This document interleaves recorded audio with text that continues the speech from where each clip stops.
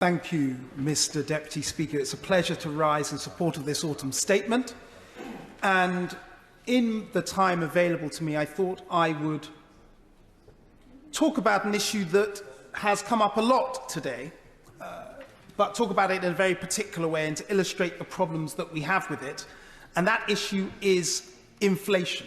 Inflation is at the heart of our economic problem. Inflation is the reason why food prices are high. Inflation is the reason why energy prices are so difficult to manage. Inflation, as we have heard from many speakers, is one of the reasons, is the core reason why the debt interest bill that the government has to pay is now so high.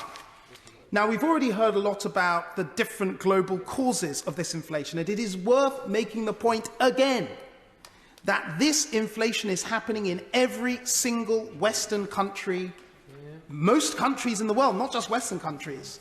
And we should never stop underlying that point because, and this isn't about escaping some sort of political responsibility, I'm not playing a party political game here, it's that we can only deal with the problem if we understand its true causes. The first cause, as has mentioned by my right honourable friend, the member for North West Hampshire, is about central banks and the policy of quantitative easing, which has pumped in several trillion pounds worth into the economy over the last 10 years.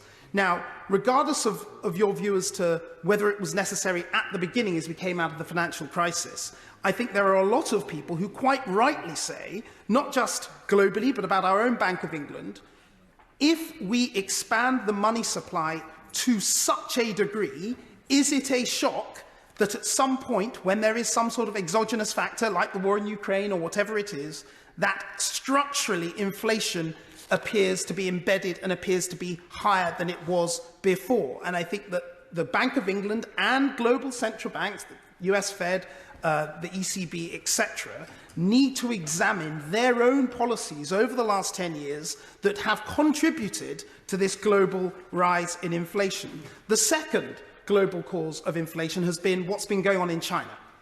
And the zero COVID policy that China has been pursuing has meant that their growth rate this year is something like 3.2 or 3.3%.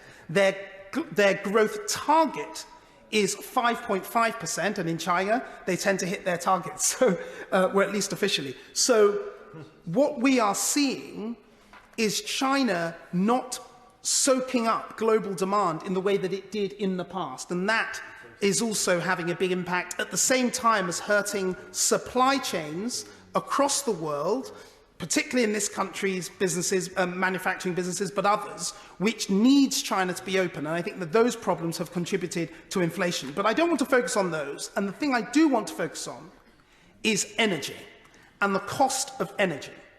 Because energy, as I've already said, underpins so many other things in our economy. And indeed, the difficulties that we had, not just pound sterling, but the euro and many other currencies had against the dollar, and still have against the dollar over the last couple of months, is in large part because of how energy prices are all priced in dollars and the impact that that is having on the world economy.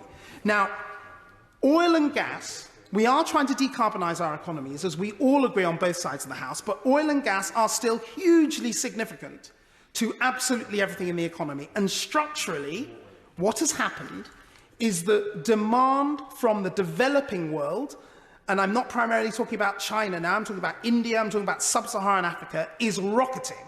And that demand for oil and gas is rocketing. Why? Because those countries and those people want to have what we have. They want to industrialize, they want to make their lives better, and they need energy to do that. So what that is doing, at the same time as we are seeing lower investment in new oil and gas by major energy companies, and that's for a myriad of reasons, in principal part because the messages that we've been sending around the necessary green investment has almost made a lot of shareholders demand higher returns for shareholders rather than those profits going into investment. The long and short of it is we don't have enough oil and gas, and the demand for it is rising and the prices are going up.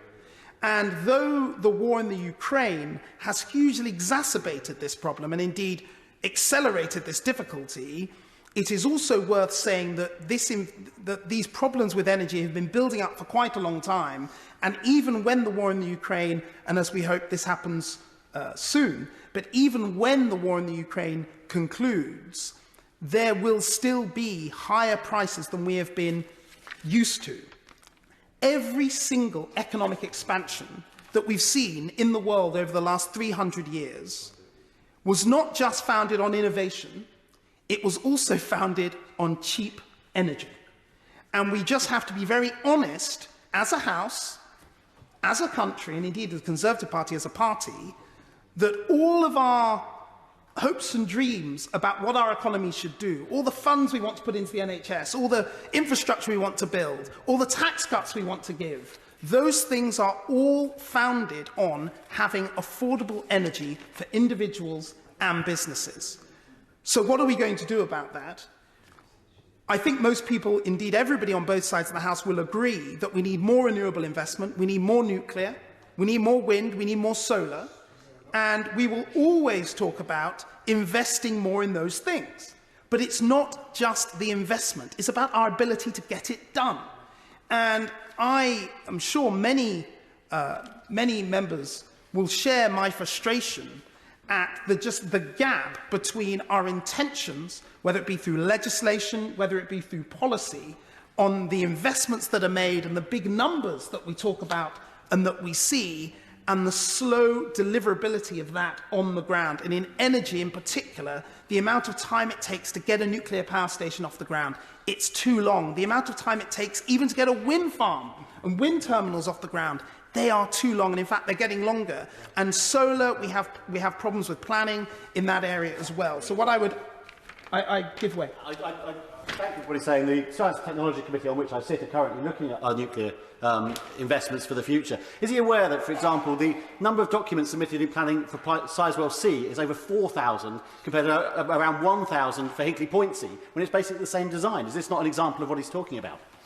It is, and I would love to speak much more about this point, but I don't have very much time. I would just say that unless we start to take the issue of delivering much more energy, renewable energy on our own soil, and also exploring oil and gas in the North Sea to the maximum that we can. Unless we are serious about that, a lot of the other economic debates we have are largely irrelevant in the context of that energy challenge. And I will finish by saying this. We have heard a lot today about investment for public services.